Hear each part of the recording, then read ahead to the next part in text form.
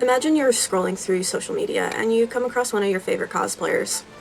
Their wig is stunning, and you begin to wonder if you could style something like that, or learn to style in general. Where do you begin?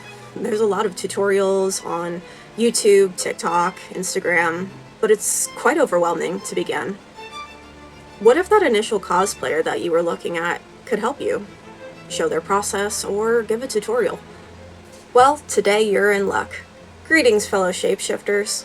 Today I'm going to be walking you through my wig styling process and hopefully teach you a new thing or two. If you're new here or returning, I am Gravity Cosplays. I am a New York cosplayer of 11 years and a pattern maker here in the New York City Garment District. When I first started styling wigs, I was absolutely awful. Things didn't fit, they were too big, too small, they were flat and barely styled, or just horribly blunted. But the thing is, we all start somewhere, and it's important to recognize where we are, where we've come from, and what we learn. For the longest time, I commissioned friends for my wigs, and eventually my cosplay needs outgrew their ability to help. And let's just say I was quite ambitious in those years. During this time, I decided to pick up wig styling, learn it for myself, and I'm beyond grateful that I did. I do want to give a massive shout out to Ashing Lee, who I hired several years ago to kind of teach me the basics. She helped me style my Dobby wig, and my life has never been the same. More recently, I reopened my cosplay commissions, and my amazing friend droobertt reached out to commission a surprise X-Men 97 Rogue wig for his girlfriend, Starlingsews. This video today isn't quite a tutorial, but I am going to show you my process for making this wig for Starling. Alright, first up is sourcing. I spent some time looking around different cosplay wig websites and finally settled on 5 Wits wigs. Now, 5 Wits has a wig specifically for Rogue called Sugar Slum Sentinel Suplex. But with the goal of us having a super fluffy wig, Drew and I were actually concerned that it wasn't going to be thick enough or have enough hair. So we ended up going with 2 different wigs to splice together. And those wigs were Ruby Gotham Hero Needs and Pretty Please Mr. Ancient.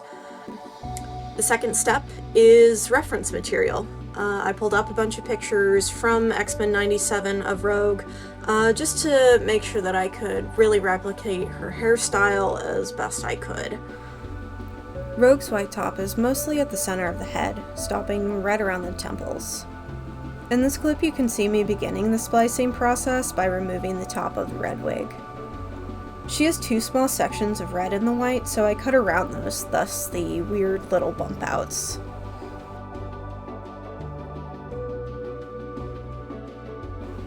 For ease of splicing, I went ahead and braided the length, and then it's on to the white.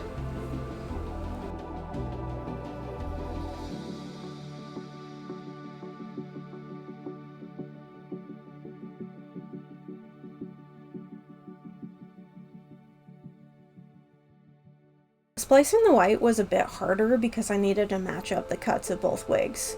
You can kind of see me struggle here before I finally figured out the best way to pin and sew them together.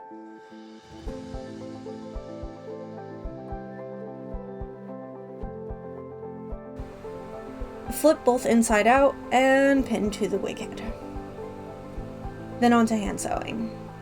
I think a lot of people prefer to use a curved needle for this, but I have HEDS and found it difficult to maneuver them, so I just stick to the straight hand stitching needle. Because these wigs had a mesh wig cap, I was able to whip stitch them together. Other wigs, you may have to do a running stitch or something of the like, depending on the weft tracks.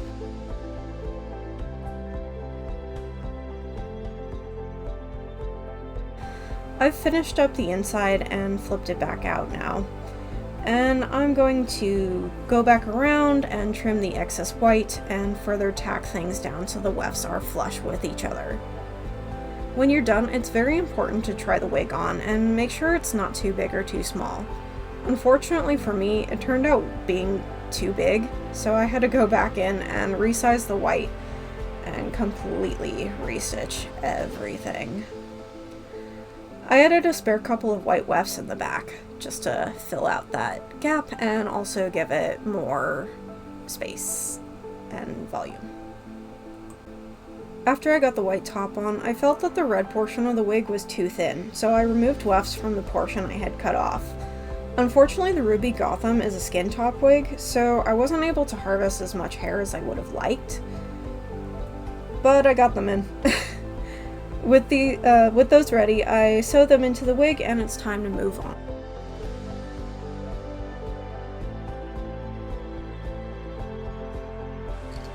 The next step in the wig styling process can vary for everyone. Because we're aiming for a big fluffy wig, I need to add volume to the hair.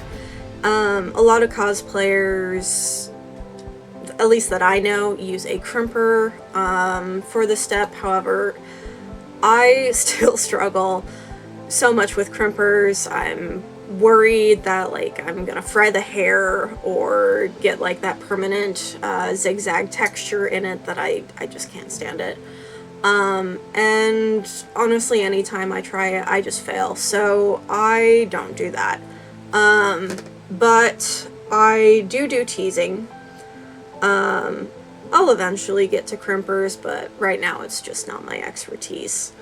Teasing and backcombing the hair towards the center of the wig kind of messes up the fibers and causes them to crimp, tangle, and interlock. There are a number of ways to do it, a number of brushes you can use. I typically will use a teasing brush and then a teasing comb. You can also use a regular brush and a fine-tooth comb and then just brush back towards the center of the wig. Once you've teased all the hair, take some hairspray and get a good layer over the hair. Because the hair I'm using is synthetic, I used a hairdryer to further set the teasing by slightly melting the fibers. It's best to let it sit for 30 minutes to overnight, but you can immediately get started on detangling if you choose. With teasing set, it's time to brush and detangle the mess. I suggest putting on a movie, your favorite podcast, or some music, because this process could take days, depending on the length or thickness of the wig. You can see how much fluffier this wig got compared to when it arrived. And with that, styling can officially begin. It's important to section out the hair for each curl, spike, or whatever it is you're making. Rogue's hair has minimal shaping in the back, primarily fluffy with pointed tips.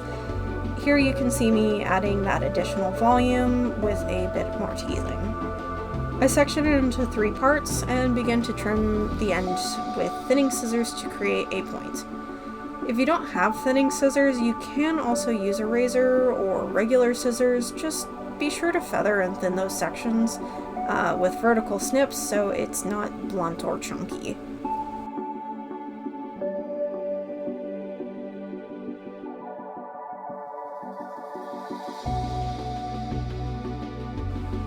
Once I've gotten the point to how I like it, I spray the tip with hairspray and heat it up, twisting it as it dries. Satisfied, I repeat the same process for the rest of it.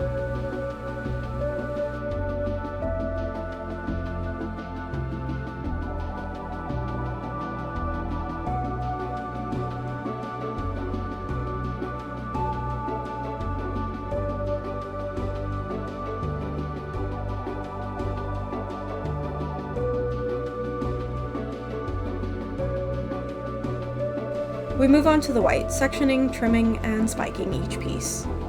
In a later video, I'll fully cover the process of teasing hair and making spikes, so for now, enjoy the process.